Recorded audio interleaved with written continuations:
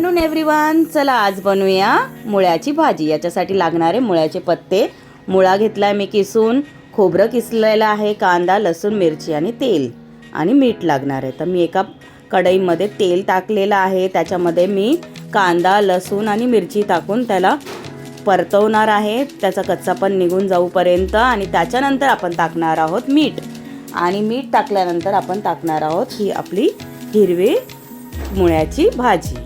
त्याच्यानंतर ह्यालाही आपण एकजीव करणार आहोत आणि टाकणार आहोत किसलेला मुळा, आणि त्याच्यानंतर परत एकदा याला एकत्र करून मग टाकणार आहोत किसलेलं खोबरं, आणि सगळं काही एकजीव करून घेणार आहोत आणि याला झाकण झाकून थोड्या वेळ शिजू देणार आहोत।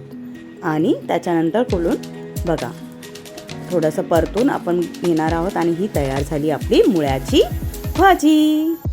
भाकरीसोबत खावा, मस्त लागते ही।